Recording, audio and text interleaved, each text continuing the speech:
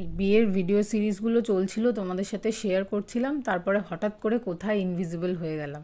আসলে কাজকর্ম, changes and all এগুলো তো অনেকেই তোমরা বুঝবে। যাই হোক, আবার এই ফুটেজগুলো পেয়ে গেছি। এটা ছিল আমার বিদায়ের মুহূর্ত। অনেক কেশে কুশে কান্না আটকে রেখেছিলাম ঠিকই, বাট সত্যি কথা বলতে কি আমি মেন্টালি প্রিপেয়ার ছিলাম যে আমি কাঁদবো না।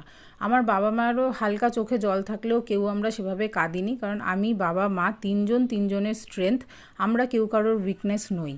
আর এখানে বাবা মা ছাড়াও ওই দিনকে আমাকে প্রায় 20-25 জনের মতন সমস্ত রিলেটিভরাই আশীর্বাদ করেছিল।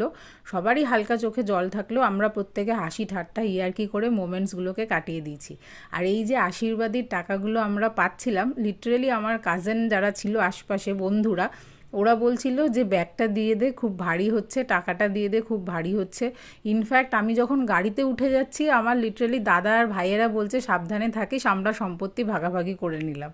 জোকস অ্যাপার্ট, ওরা প্রত্যেকে নিজেদের মতন করে চেয়েছে যাতে আমার মনটা ভালো থাকে। আমি খুব হ্যাপি যে আমার আশপাশে এরকম লোকজন আছে, আমি নিজেকে খুব ব্লেসড মনে করি।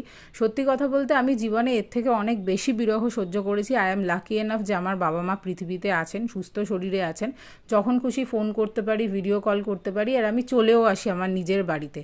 মা শুরুতেই বলে রেখেছিল বিয়েটা হয়ে গেলেও একটার সাথে আর একটা বাড়ি অ্যাড হচ্ছে, আমার জীবন থেকে নতুন করে কিছু যাচ্ছে না। আর সত্যি এখন বিয়ের 7 মাস পরেও আমি এই সেম জিনিসটাই ফিল করি। বাবা মায়ের একমাত্র মেয়ে, আর জীবনের 32টা বছর তাদের সাথে কাটানোর পর যখন সেই বাড়িটা ছেড়ে চলে আসতে হয়, সেই ফিলিংটা কেমন হয় যারা ফেস করেছে তারা জানে। কিন্তু আমি খুব হ্যাপি ছিলাম যে সবার চোখে জল ছিল, কিন্তু কেউ সেরকমভাবে আউটবাস্ট করেনি, কারণ আমি কাঁদিনি। আমি মনে করি এই বিষয়টা খুবই সাবজেক্টিভ, তবে আমার মনে হয়েছে আমি ওখানে কাঁদলে আরও অনেকেই কান্নাকাটি করে অসুস্থ হতো, যেটা আমি একদমই চাইনি।